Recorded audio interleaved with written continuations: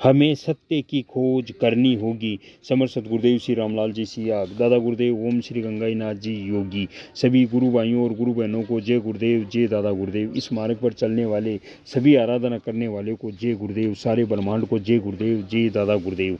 आज गुरु सियाग सिद्ध योग की बुक से एक वीडियो देखते हैं, गुरुदेव क्या बताते हैं। हमें सत्य की खोज करनी होगी। वीडियो पूरा देखें और आप आराधना शुरू कीजिए। ब्रह्मांड की सबसे सरल आराधना यही है जो भौतिक जीवन में आप जीते हुए आध्यात्मिक मार्ग पर चलकर आप मोक्ष का और अपने परिवार का भला कर सकते हो, आनंद प्राप्त कर सकते हो, आराधना कर सकते हो केवल नाम जप से। घर में रहते हुए आप आराधना कर सकते हो, बिल्कुल निःशुल्क है। 1 रुपया भी आपको किसी को देना नहीं है। अपना काम करते हुए, कुछ भी छोड़ते हुए नहीं, सब काम करते हुए आप ये आराधना कर सकते हो। वीडियो पूरा देखिए। मात्र अंतर्मुखी होने की देर है, सभी समस्याओं का समाधान हो जाता है, परंतु यह कार्य गुरु के बिना असंभव है। मात्र गोविंद से मिलाने वाले को ही सद्गुरुदेव की संज्ञा दी जा सकती है। ठीक उपयुक्त भाषा में ही बाइबिल बोलती है।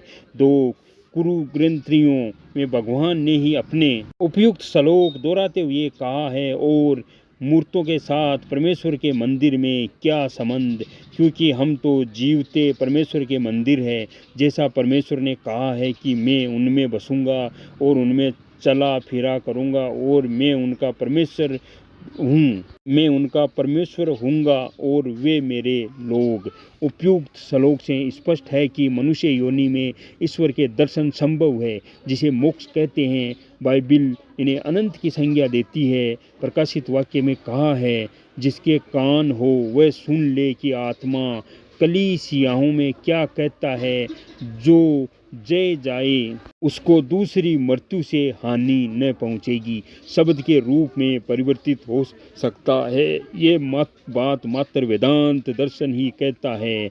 शब्द ब्रह्मा से पर ब्रह्मा की प्राप्ति का सिद्धांत मात्र हमारे दर्शन की ही देन है। विश्व में इस दिव्य ज्ञान का दान भारत अनादिकाल से करता आया है और करता रहेगा। सृष्टि की उत्पत्ति के संबंध में गीता के 19वें अध्याय के 23वें श्लोक में कहा है, ओम तस्दिति निर्देशो ब्रह्मणे त्रिविद स्मृत ब्रह्मणस्तेन वेदश्रवय यज्ञश्रवय विहिता पूरा।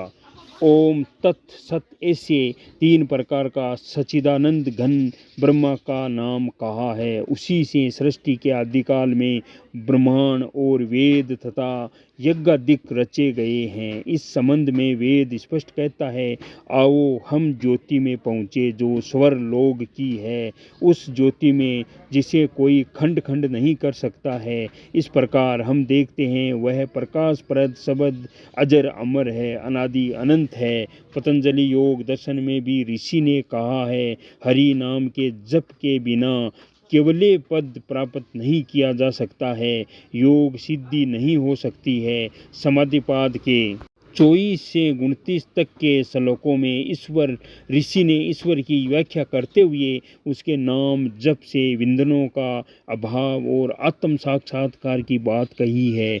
ऋषि कहता है, कलेश कर्म विपाक और आस्य इन चारों से जो संबंधित नहीं है, जो समस्त पुरुषों से उत्तम है, वह ईश्वर है।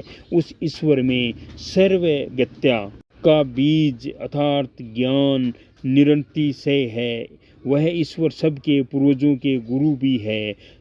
सर्ग के आदि में उत्पन्न होने के कारण सबका गुरु ब्रह्मा को माना जाता है, परंतु काल से अवच्छेद है गीता, क्योंकि उसका काल से अवच्छेद नहीं है। उस ईश्वर का वाचक नाम प्रवण ओम है। उस नाम का जप, उसके अर्थ स्वरूप परमेश्वर का चिंतन करना चाहिए। उक्त साधन से ईश्वर के नाम जप से विघ्नों का अभाव और अंतरात्मा के स्वरूप का ज्ञान भी हो जाता है।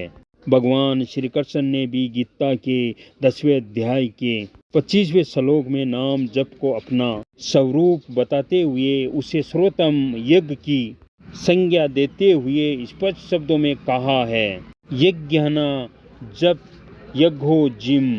महाभारत में भी हरिनाम के जप को सर्वश्रेष्ठ धर्म की संज्ञा देते हुए कहा है, जप स्तु सर्वा धर्मे भय परमो धर्म उच्चते। अहिंसे या च बुथाना जप यज्ञ पर्वतते। समस्त धर्मों में जप सर्वश्रेष्ठ धर्म है, क्योंकि जप यज्ञ बिना किसी हिंसा के पूरा होता है। जय गुरुदेव जी, जय दादा गुरुदेव जी।